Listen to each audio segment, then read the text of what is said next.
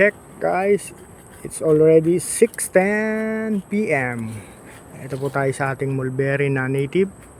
Ayan po. Titriman po natin sila. Pero may bunga pa naman. Ayan. Natitira pang mga bunga. Pero titriman na natin para magbunga na naman siya ulit. Ayan. Itrim po natin siya para magbunga. Ayan o. May mga talbos na panibago. Pero titrim na natin para magbunga na ulit. Guys, tingnan natin. Ito, titrim natin. Yan. Kasi ito, ganun din. Bukas. Gabi na kasi. Try natin matapos yung isa.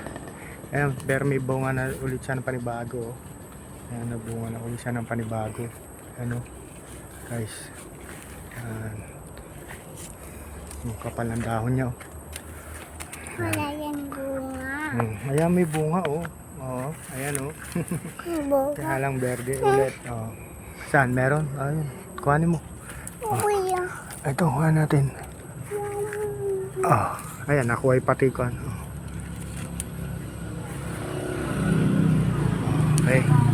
Ito po yung gagamitin natin pang trim. Ayan guys. Yeah. Dito tayo magsisimulang mag-trim guys. Yan. Kapal ng dahon no.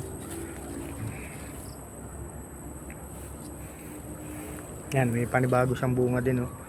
Ayan. Kaya start na natin siyang triman.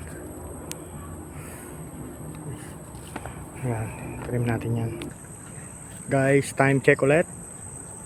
6:22 na. Ayan, na-trim natin yung kalahati. Pagpapatuloy na lang natin ulit mamaya. Ayan guys, trim na natin yung ano yan. Ayan guys, iniwan natin yung mga stem at kapantay tao lang. Ayan guys, ayan, pagpapatuloy ko na lang uli yung ayan, ngayon tapusin natin yan. Kaya lang gabi na, baka mamaya hindi na makita sa camera. Ayan, yung bunga iniwan. Ayan guys, sandali na lang, kalahati na lang inaiiwan.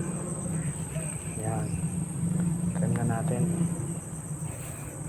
After a month or a week, may panibagong dahon na naman siya. Mag-sprout na naman yan. That's all guys. Ayan, pantay tao lang siya para madaling pitasin. Ayan guys.